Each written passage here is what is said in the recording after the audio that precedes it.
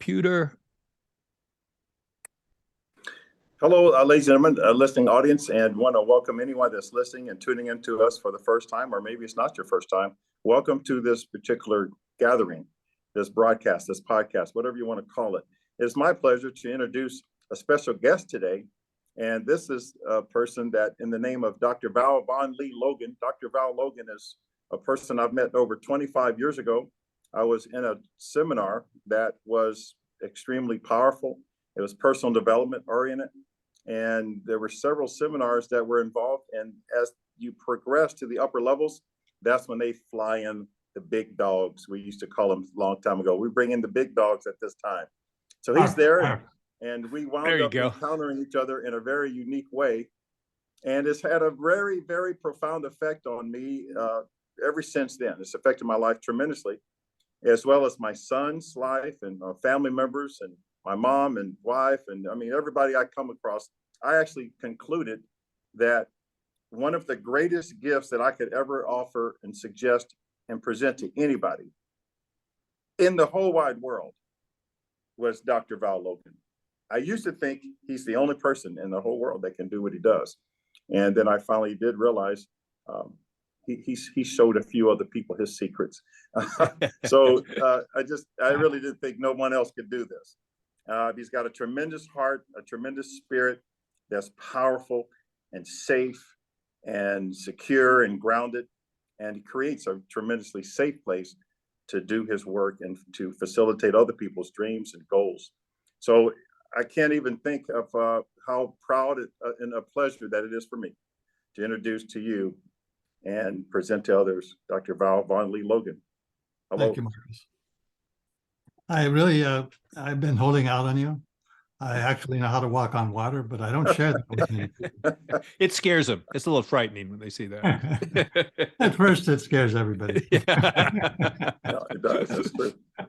So we're going to just kind of talk about what you do and how you do it, I guess, and just kind of give a kind of an inkling or sneak peek as to your gift. It's a tremendous anointing and a gift that's beyond measure.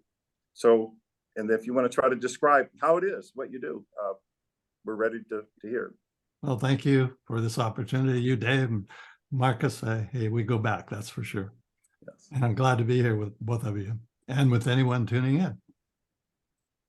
Well, when I was an undergrad in psychology in San Jose, California, I walked into a class called, nobody had another name for it, but had to do with people communicating their feelings. And I said, what? What do you mean communicate your feelings? What is that all about? That was not like any of the other courses I would take and it definitely opened my eyes, ears, and all my senses to the reality that I can hear in a person's voice what they're feeling. That's it. I can hear it, I can see it, I can feel it, and I can talk about it, and I can help people reveal more of it, which can be very intimate and powerful because it's with a positive intention. And it's a heartfelt intention. It's a fun adventure. And when you set that safety up, people thrive. And that's one of the things we've been talking about lately, Marcus and I, about what creates emotional safety. Emotional safety, emotional intelligence. People like the word intelligence because it seems like, well, I am smart. Yeah. But a lot of people don't understand, even if they have IQ like Einstein, that they can talk about feelings and feel like they're a beginner and an expert at the same time. So one of the laws is the law of the subconscious mind, and I just wanted to touch on it a little bit. Subconscious mind is like the inner child.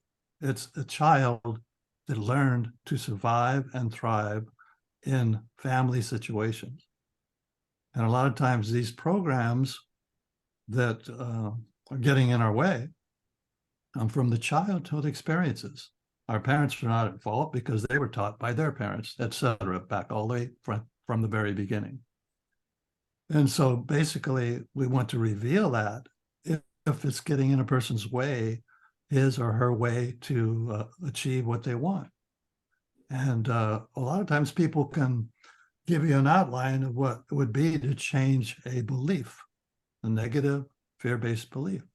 They can give you an outline. They even have AIs now that can chat with you, and you can ask them all these things and they'll tell you what to do. If you ask them about feelings, oh, not my department.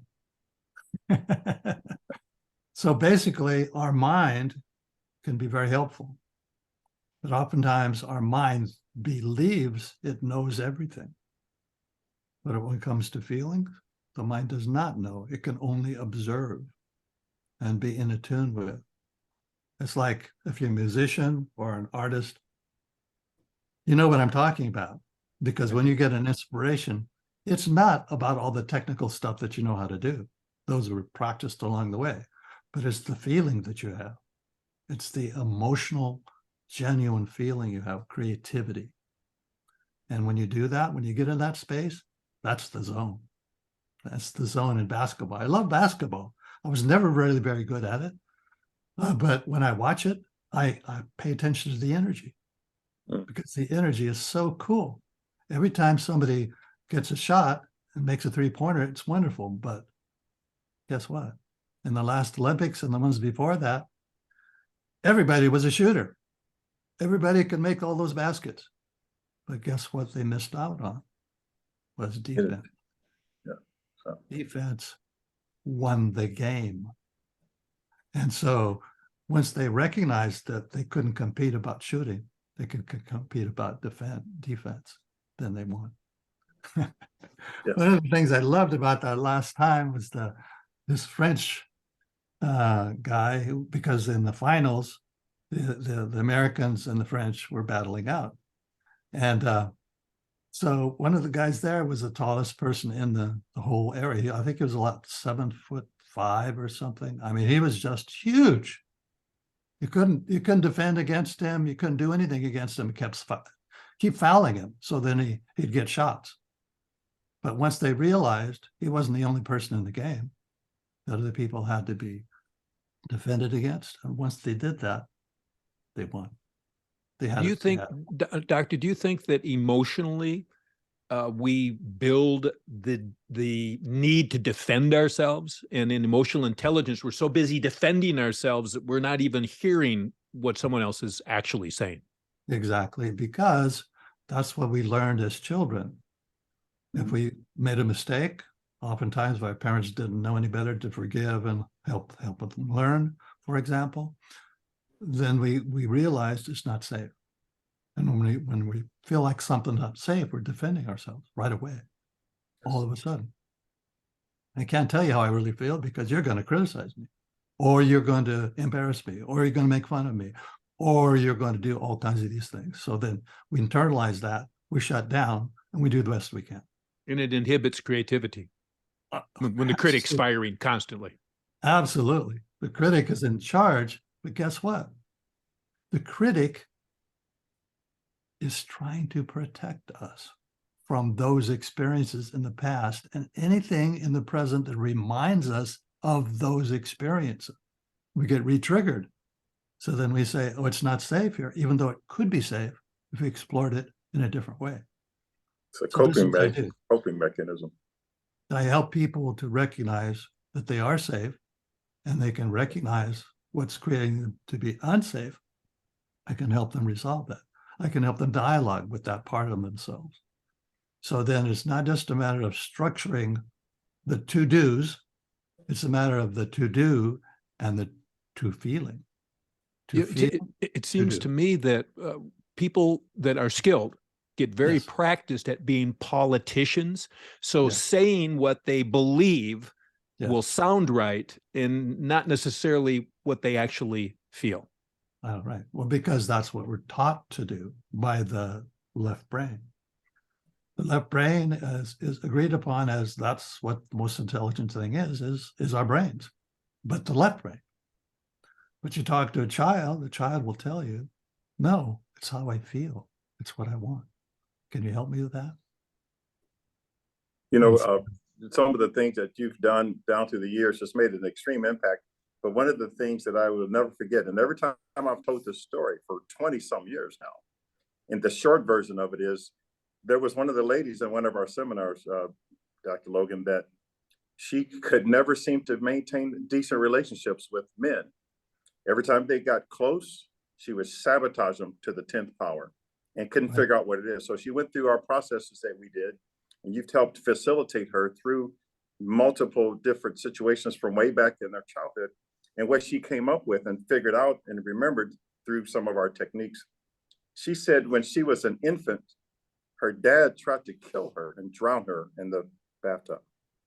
And so therefore, she didn't know how to process that as an infant. So she would sabotage anytime she got close to being intimate with another person.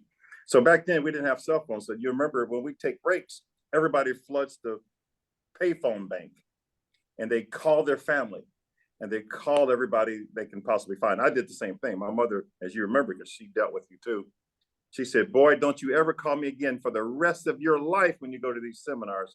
Don't ever call me ever about nothing. So I never could do it again. So again, I'm being suppressed even as a grown-up. I can't even express nothing. So anyway, so she calls her dad. Oh my gosh, Dad, I figured out through various techniques, you tried to drown me as a baby. And I thought you were trying to kill me. Is this true? Did you do this? He breaks down crying.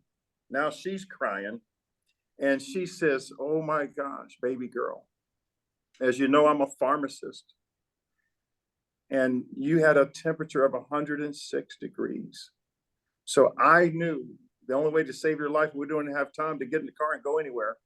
I knew to save your life, I needed to immerse you into a tub of ice cold water to save your life.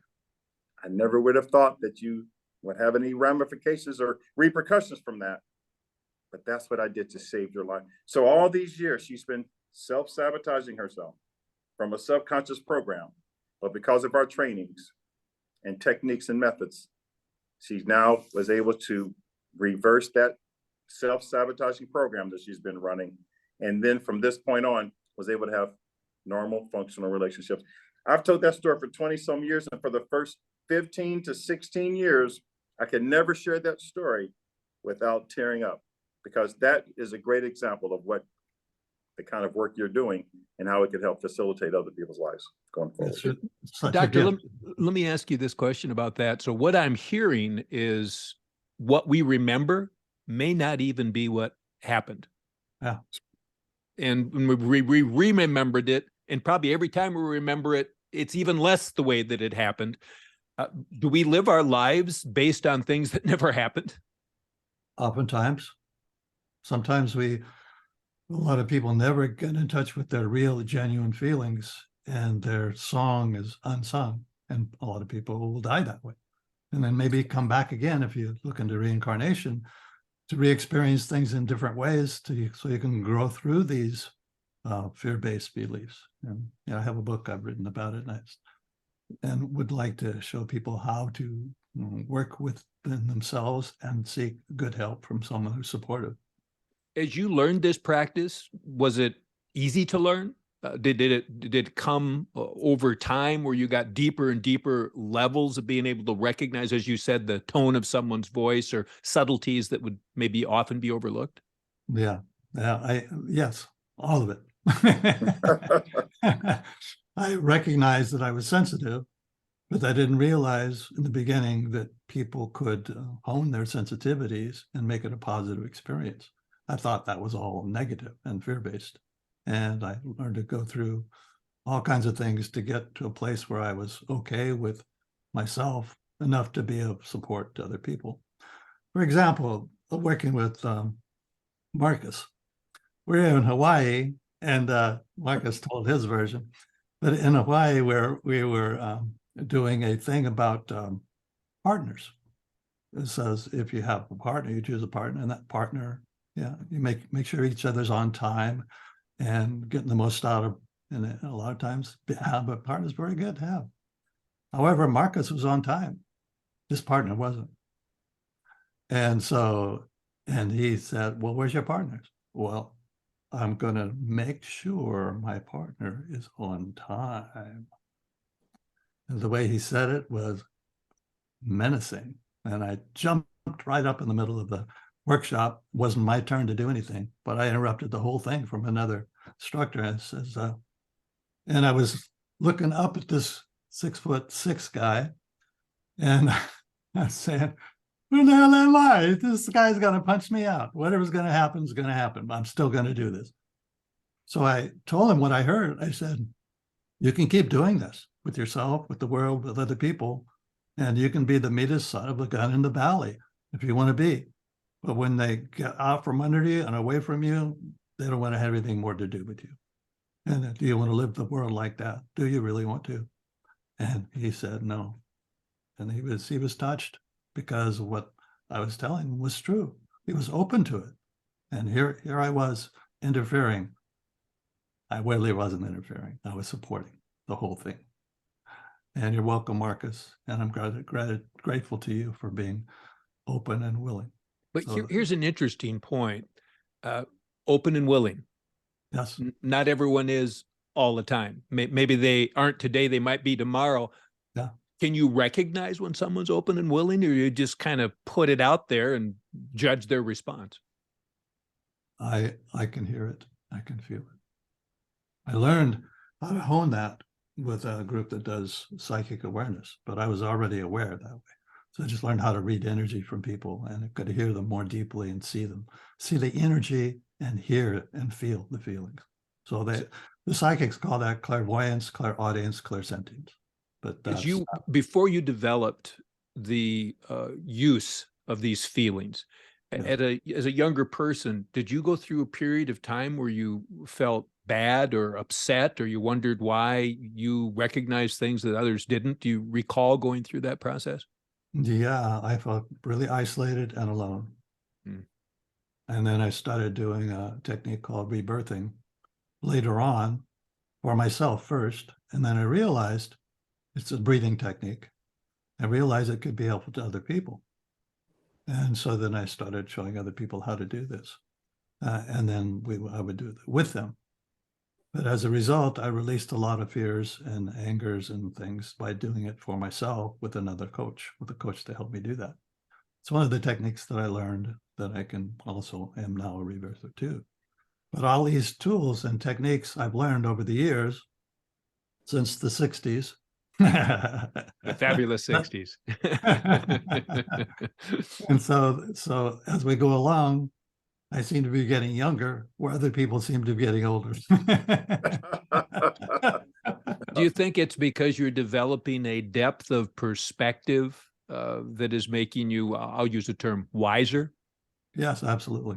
More and more deeply. And one of my biggest teachers is my wife, because she helped me see stuff that I wasn't looking at and still does. And we help each other and we grow together. Our relationship is the catalyst for our own growth. So let's touch on this issue, because relationships are the most wonderful and the most horrifyingly challenging thing about life. And I know this both in business as well as in romance. If you have a partner that's not an appropriate match for you or you for them, you can create a lot of pain and discomfort for one another, or failure in a business. How does someone go about picking an appropriate partner? This is a good question. It goes to the law of attraction, or in metaphysics. So metaphysics, law of attraction means you're going to attract what you attract, either positive or negative. And this is life. This is what you create. And sometimes it's what you like, what you want. Other times it's not. But I wrote down the qualities and the characteristics of the ideal partner that I wanted. And it didn't take too long after that I met somebody, and I asked that person, how did you get clear about what you wanted? And she said, I wrote down the qualities of the characters I was looking for. I said, you did? Would you marry me? So see, these things are metaphysically, energetically appropriate. And we're still growing and learning together. Even though we have issues, we come back to resolving them because we want that more than anything else. It's very important. So writing down your qualities, the characteristics, and then reviewing it and working with someone like me. Like I had a guy who was really bright in the computer world, and he wanted to attract a partner. And I said, okay, write down what you want in your partner that's ideal for you. And then we had to work on each of the issues that were problematic for him because he didn't believe he could have these things, or he was asking too much or too little, or where it was. We worked on each of those items. And I think within a year after that, he found someone. Believe it or not, they were the same astrological sign. So what I hear you saying is, if you want a good partner, and we'll use that as a term describing something that's healthy. If you want a good partner, the first thing you need to do is work on yourself. Work on yourself, but also write down the qualities and characteristics you want to have in your life that will help you do that, and you will help your partner do that, and they are of like mind. Because if you don't do that, you'll be working on yourself forever, and you're still going to attract the people without specifics that may or may not be the best for you. So is it possible in your criteria to have a list of things you believe you want in somebody, but if you're not clear on what those particular criteria actually will bring you, you could get that person with that list of things and then find out you are really not happy with them or yourself? Yes, and so you have to test it out. You have to work with it so that you're really clear about what you want. I mean, heartfelt, what you really deeply want. And then you find out that might change as you grow into it. It might change. You say, okay, I thought I wanted this. No.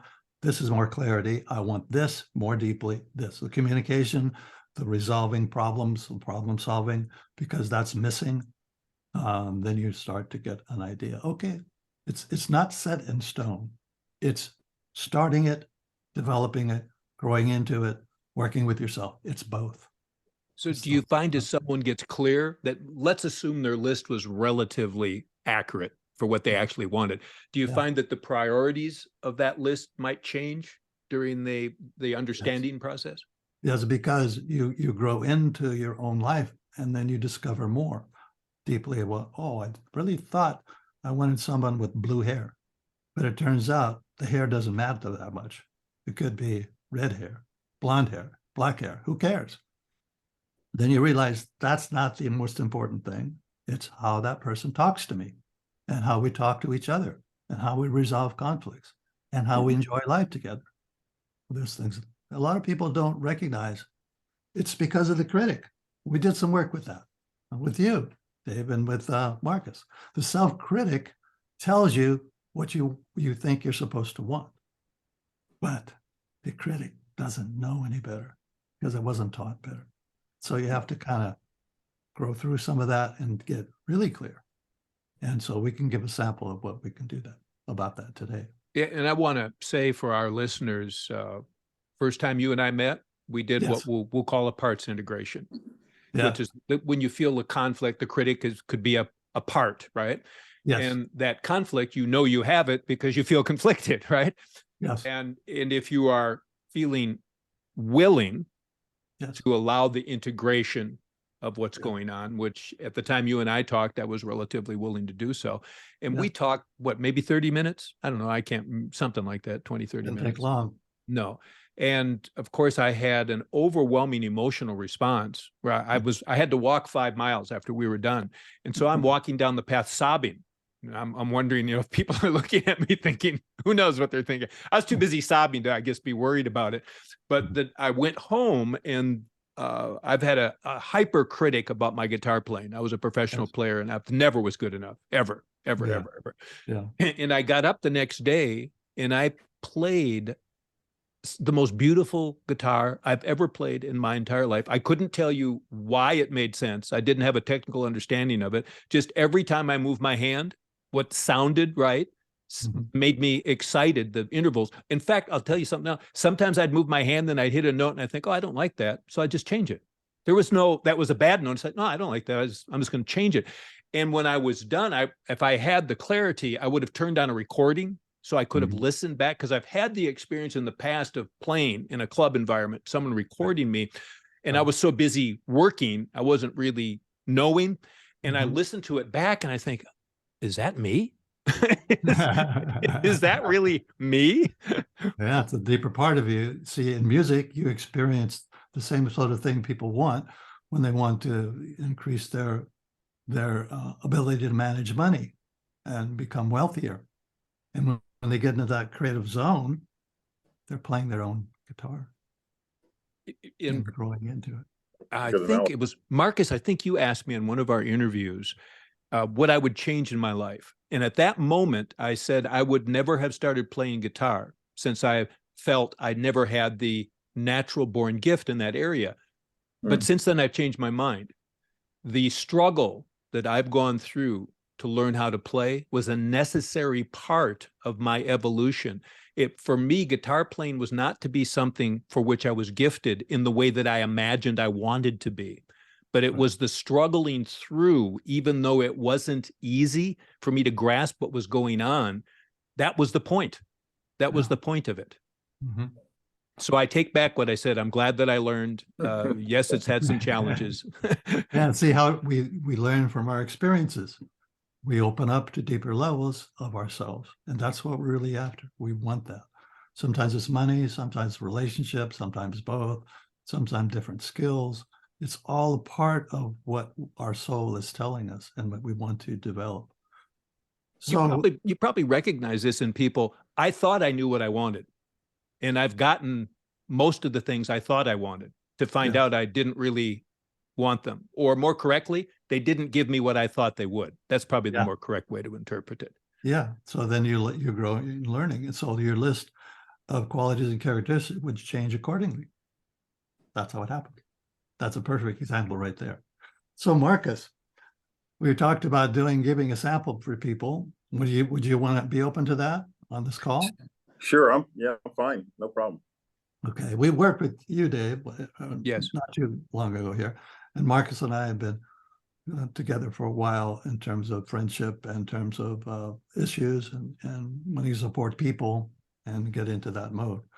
And so we were talking about the inner child just recently. Marcus, did you have any ideas, thoughts about that? We can keep going with that. Just to give people an idea. Well, I just thought it was amazing to make somewhat of a connection that what I saw with my mother my whole life, mm-hmm. and I guess I didn't really realize that would have an effect on me as an adult. So I asked the question, how could I be this age in my 60s and still pretty much still looking for a miracle at the end of the month so that I can pay my bill by tomorrow? And I just sort of, now that I'm alone, I've lost 2 wives, that I'm amazed that here I am. I'm wondering, where in the world am I going to get rent for tomorrow? I have no idea. I have no clue where in the world's going to come from by tomorrow, nor do I know where I'm going to get the money for the cell phone. And I'm shocked that I'm still like this, which drives wives completely crazy and out of their minds.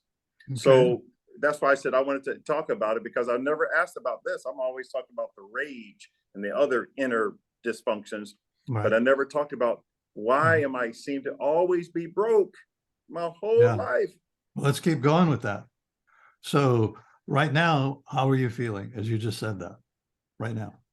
Well, I'm feeling somewhat glad to have some kind of a clue or a connection to something, because I would have never connected this to my mother. I would have never connected. So I'm glad to have found a way to have something to connect to so that I can get maybe more familiar on some different strategies. So I'm feeling fine and safe with this particular group we have amongst here right now. Good. Let's do it. So right now you're feeling open. Yes. Very good. Okay. So let's talk to your inner voice, your inner child. Ask him how he's feeling right now. How are you feeling, inner child, younger version of Marcus? How are you feeling? And he says, okay, pensive, kind of, this is a little bit more wobbly with this type of format, because normally we're in a closed private place, right? And there's no one around and no one's going to get in here. Whereas this is a little bit different, a lot different, but I feel safe and open to go forward. Okay, well, thank you for your openness, and I'll thank your inner voice, your inner child. Thank you. Thank you for being okay and open and willing to learn.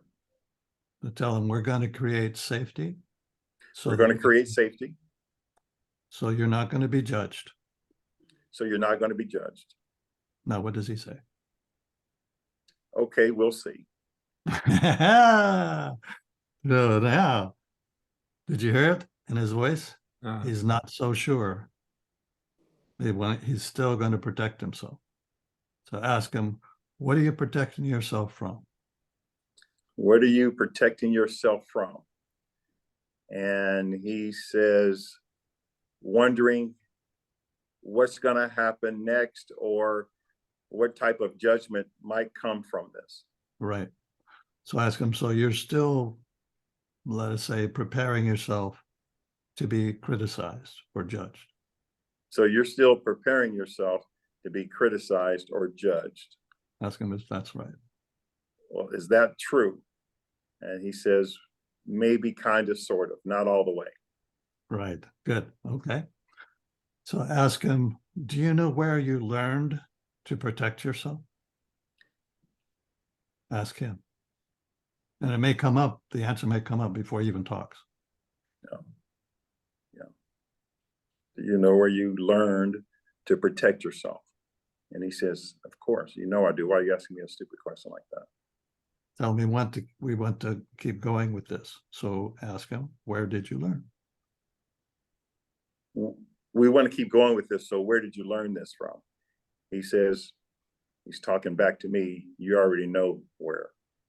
That's what he's saying. You already know where. This was from my mother. Right. I learned this coping mechanism growing up with my mom. Okay. Ask him, is that what we both know? Is that what we both know? Yeah. Okay. Yes. Yes. So ask him, exactly how did you learn this from her? What did she do to cause you to feel like you're not safe?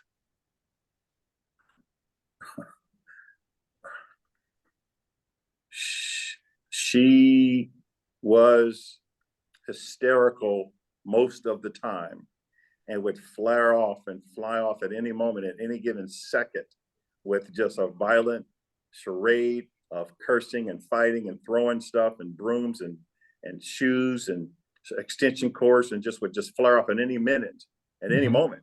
And I never knew when this was going to happen. Right. One time she smacked me so hard, I was just trying to go to school, elementary school, or maybe middle school.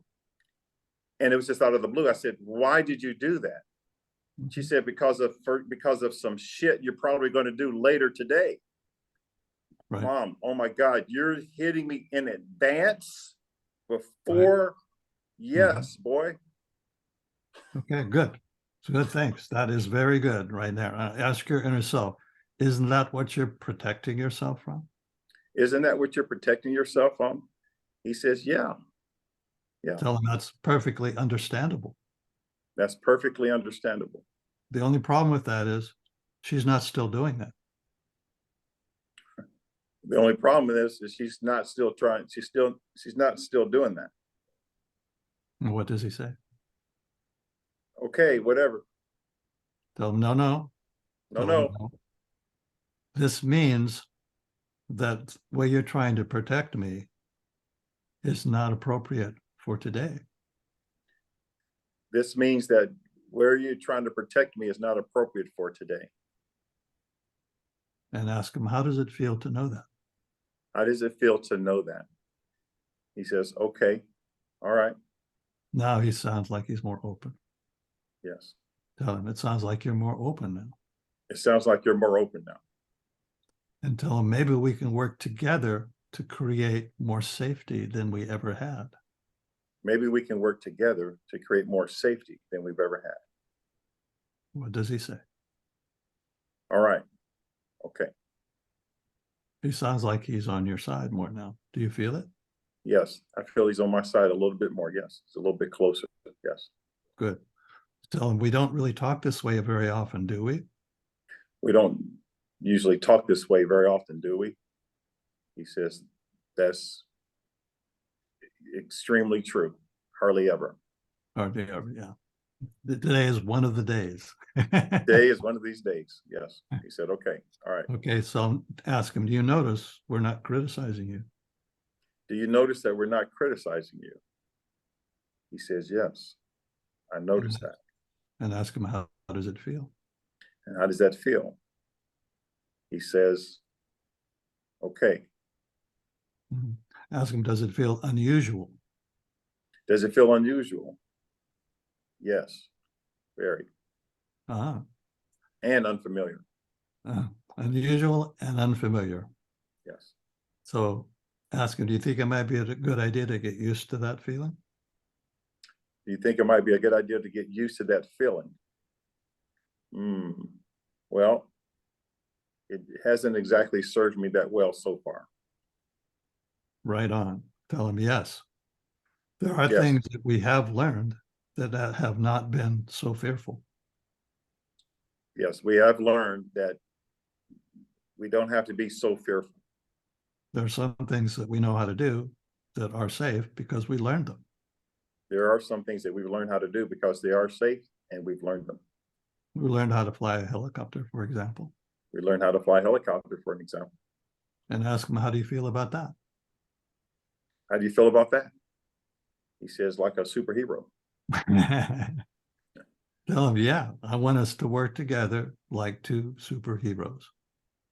I want us to work together like two superheroes. You're smiling. How do you feel? He's getting into that statement. So tell him, being a superhero means that we can let go of the fears of the past. So being a superhero is like letting go of the fears from the past. From our mother. From our mother. Because right now, nobody's hysterically punishing us. Because right now, no one's hysterically punishing us right now. Like that happened back then. Like that happened back then. Ask him, how does that feel? How does that feel? He says, that's true. That is true. Okay, good. Yes. And how does that truth feel? Ask him. How does that truth feel? It feels revealing and good. Cool. So that means we can learn how to manage money because our mother's not there telling us not to. So that means we can learn how to manage money because our mother's not there telling us not to. Ask them, how does that feel? How does that feel? Contemplative. Sounds like there could be some possibilities here, finally. Yes. Yes, good. And ask them, why does it feel that way? Why does it feel that way?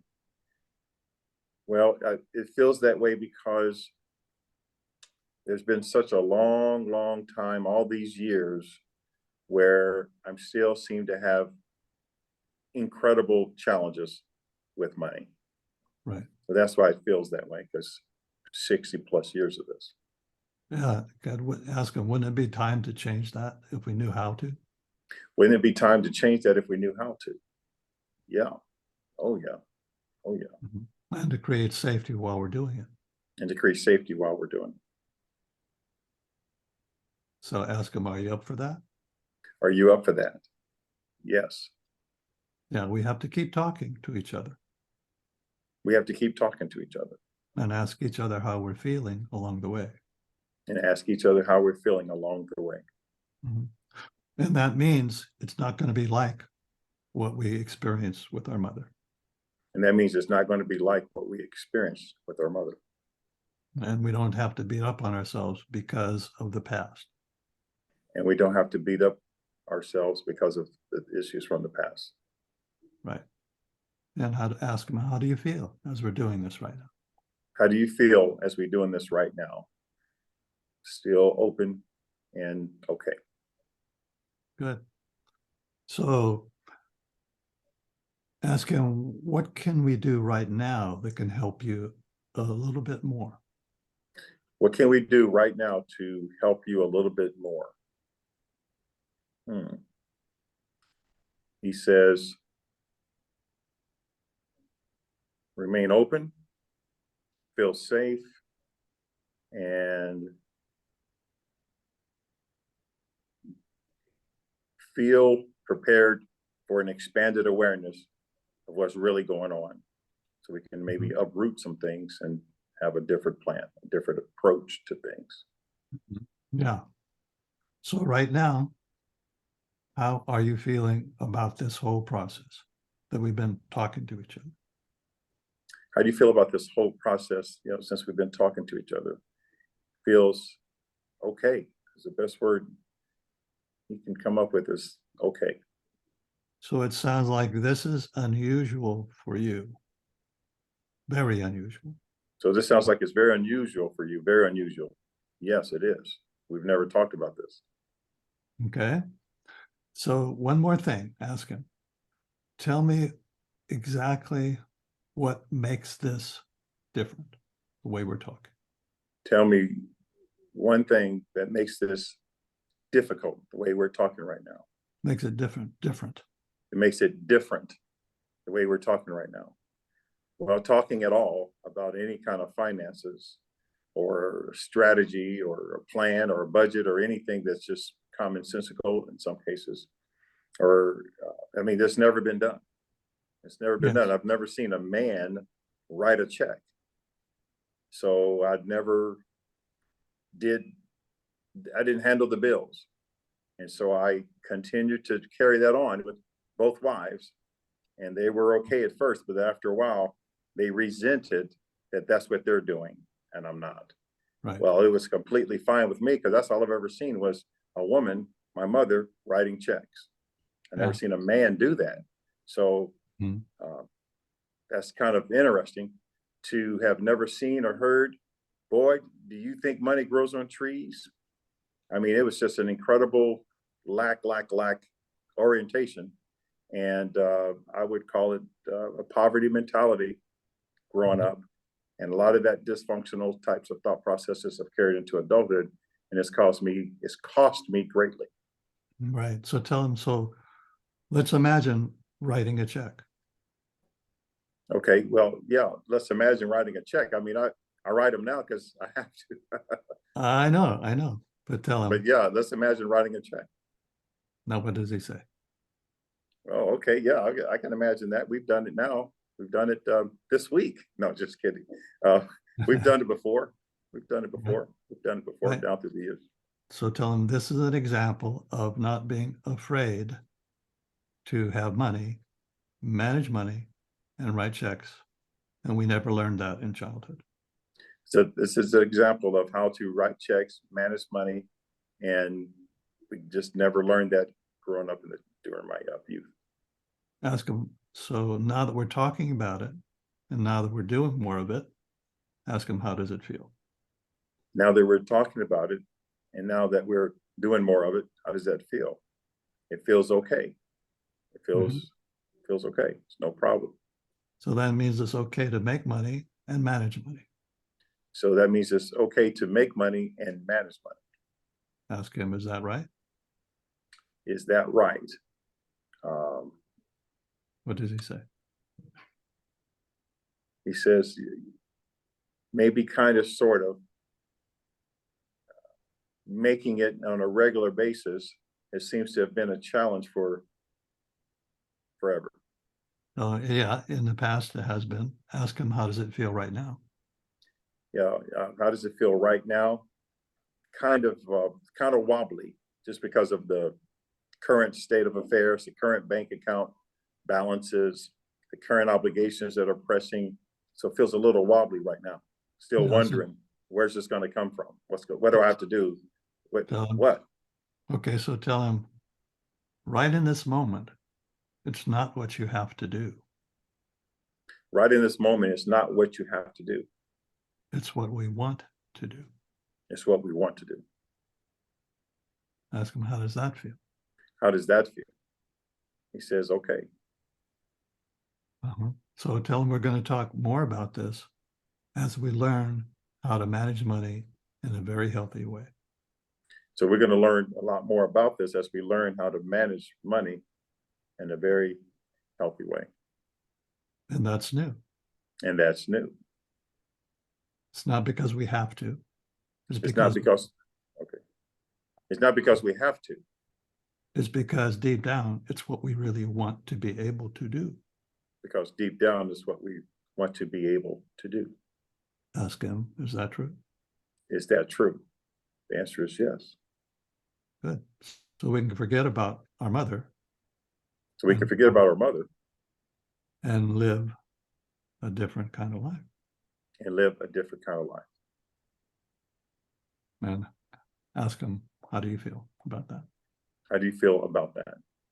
It feels like a deep breath, sigh of relief. Okay, finally. Yeah, there we go. That's what we want to cultivate and make it real. That's what we want to cultivate and make it real. Because we want it. Because we want it. We don't want to be living from the past. We don't want to be living from the past. Our mother did the best and the worst that she could do. Right. The mother did the best and the worst that she could do. And now it's up to you and I. And now it's up to you and I. We can improve on that.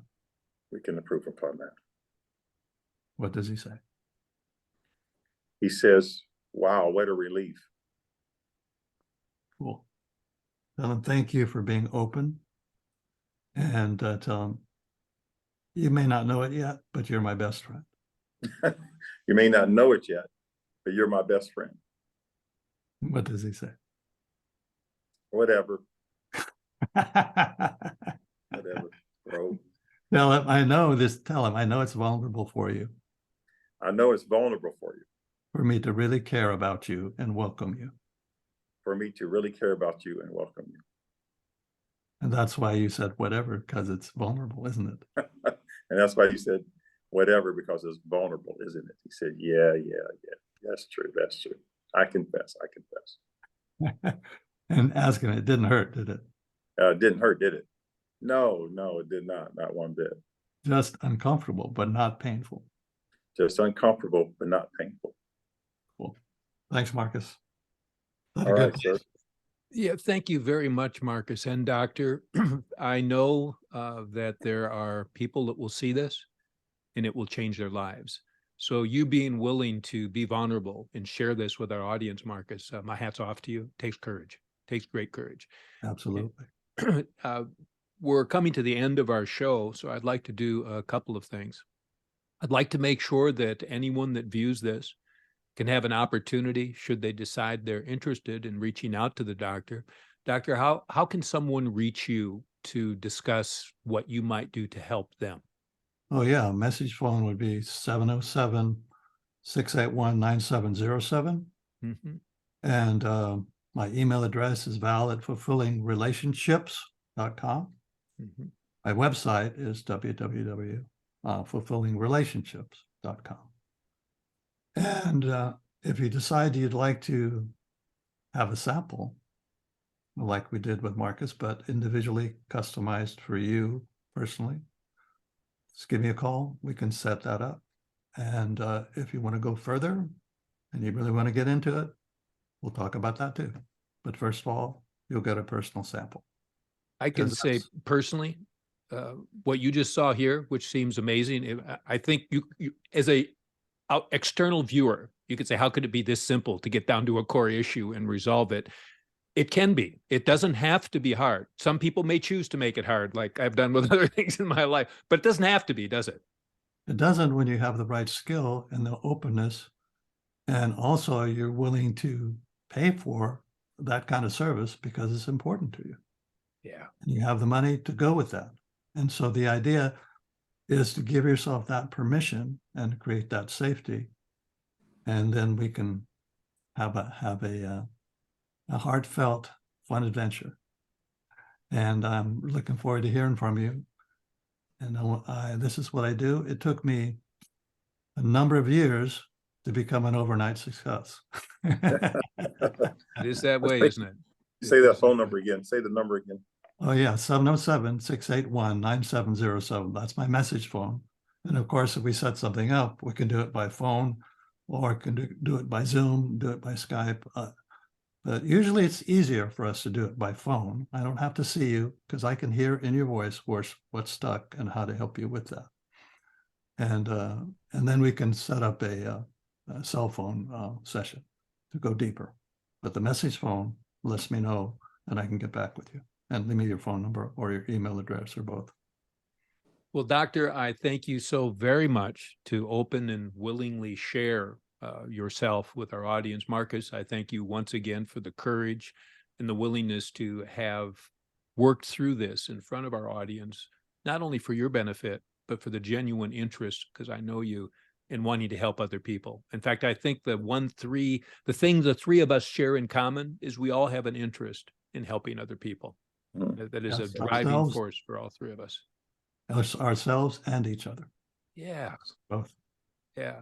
In fact, the reason I started this series was I knew going into it that I would improve who I was, that the people that came would be improved because of it. And because we, like a musical group, sharing our experience as a group with other people, that they would be touched. And this spreads through the world. 2 people turns to 3, turns to tens of thousands and millions as the message is shared and goes out through the world. And I want to thank everyone for taking the time that has viewed or will view this show. Please give us a thumbs up.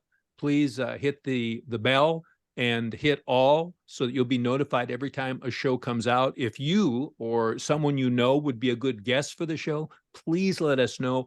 All of the shows are unedited. They're relaxed. They're laid back. We just come like people. We share a conversation with one another in hopes that not only the participants will grow and become better versions of themselves, but that the blessings will flow from us to our audience. Thank you very much for your time today. Any final words, Marcus, you would like to say?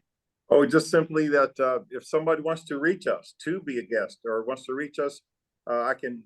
How would you like for that to happen? Which number or how would you like for people to contact us? If Marcus, yeah, why don't you tell them how to get a hold of you? Okay, 317-721-4345. 317-721-4345. They can reach me that way, and we can set up some interviews and so forth. I would just want to say thanks again, Dr. Logan, for your time and just your phenomenalness. And I'm glad to have been able to put us together with Mr. David McElroy. I'm glad we met. We feel like certain things out there in the universe happen solely for us to be able to meet each other. So I'm glad of that as well. And so I just think you do an amazing work there, Dave. So I'm just glad we're together and connected from henceforth and forevermore. Me as well. So thank you, one and all. We appreciate you, and thank you for sharing this as part of our growing audience of people that care about human development and people being better. Thank you so very much.